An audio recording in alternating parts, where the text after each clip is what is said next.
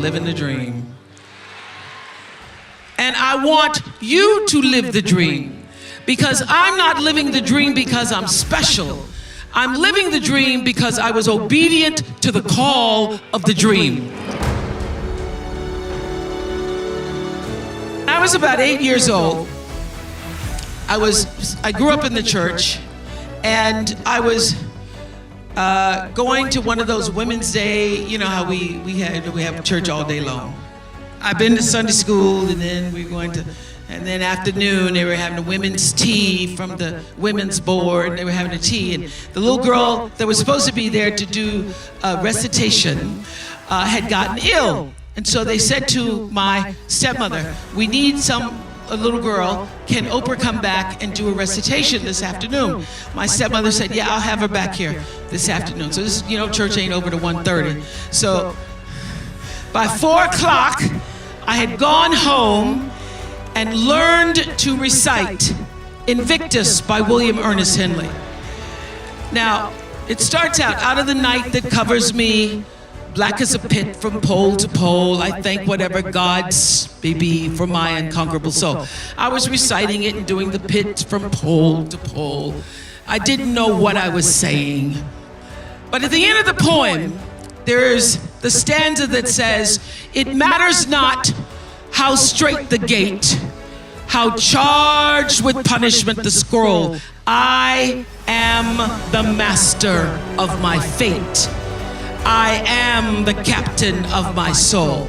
Now, my little 8-year-old brain didn't really fully understand the power and depth of those words, but they sounded good enough for me to write them down and put them on my mirror. And those words, I am the master of my fate, I am the captain of my soul, became a mantra for me. What it said is, I am responsible for the choices that I make in my life. I am responsible.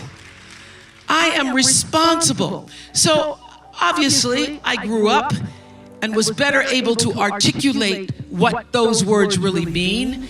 And I discovered in physics class, those of you who remember physics, the third law of motion. You remember what that is? The third law of motion in physics says, for every action, it's called Newton's law, and it says for every action, there is an equal and opposite reaction. So what does that mean? That means everything that you are putting out into the world, every action, bam, there is an equal and opposite reaction. It means no matter what you do, the energy of what you do, what you say, and most important, the energy of who you are is going out into the world, into your home, into your relationships, and that energy is always coming back to you.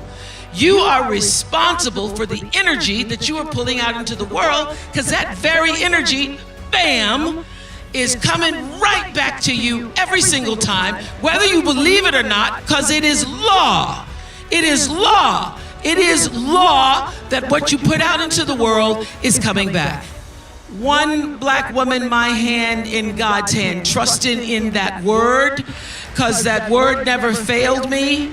And I got to where I am, and I stand as I am, as Maya Angelou often says, and often said, and says in her poem to our grandmothers, every time you see me, I come as one, but I stand as 10,000. Every time you see me, I come as one, but I stand as 10,000. So it's just not me standing up here. It's my mother, my grandmother, her mother, the mother before her, her grandfather, every uncle who prayed, every sister who cried, every aunt who sacrificed, those whose names made the history books, those whose names never could make the history books, who allowed me to come as one and stand as 10,000.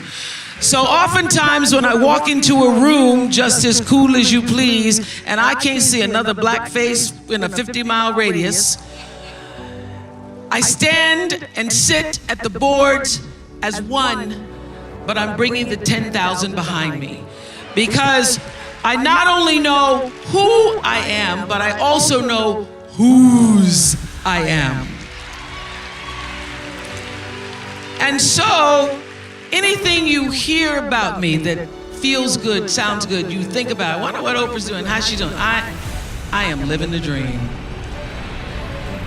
And I want you to live the dream, because I'm not living the dream because I'm special.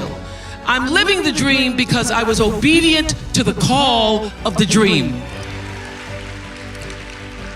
So I want you to leave here today thinking about what is the dream for you? What is God's dream for you? What does the Creator's dream hold for you? So often we spend our lives wishing and hoping and hoping and wishing and desiring things. This is what I know for sure. You don't get what you wish for. You don't even get what you hope for. You get what you believe. So what is it you believe and know to be God's dream for you? So I live in the dream. I'm living in the space of the dream. The dream's good, dream's good. The dream is greater than anything that I could have imagined. You know, when I was a little girl, my father, on Sunday mornings after church, he was a deacon, so he thought he had to say goodbye to every single person. We were the last car leaving the parking lot in the green Oldsmobile. And we would drive through the white people's neighborhoods. And I used to dream the dream, driving through the white people's neighborhoods. We'd drive through the white people's neighborhoods and you'd see their fancy houses. Some of them had gates, but all of them had trees. When I first came to Baltimore, I made friends with a wonderful woman named Arlene Weiner. She was the wealthiest person I'd ever met. And I went to her house and parked in the driveway. There was a Corvette and there was a BMW and there was a Mercedes. I went, whoa, Arlene's rich. And at Arlene's house, once I got inside, I could see from her kitchen window 6 trees in the front yard. I thought, oh, rich people have trees.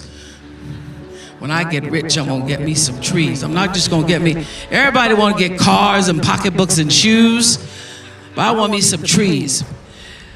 So, as life would have it, I was standing in my kitchen window about 3 years ago in California, making coffee in the morning, and I was looking out the window and I saw the 6 trees.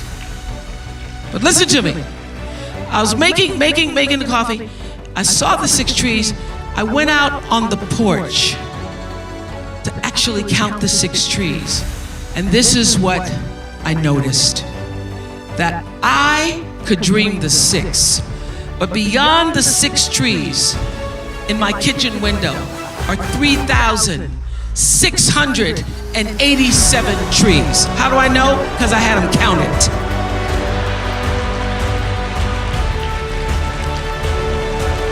I had them counted.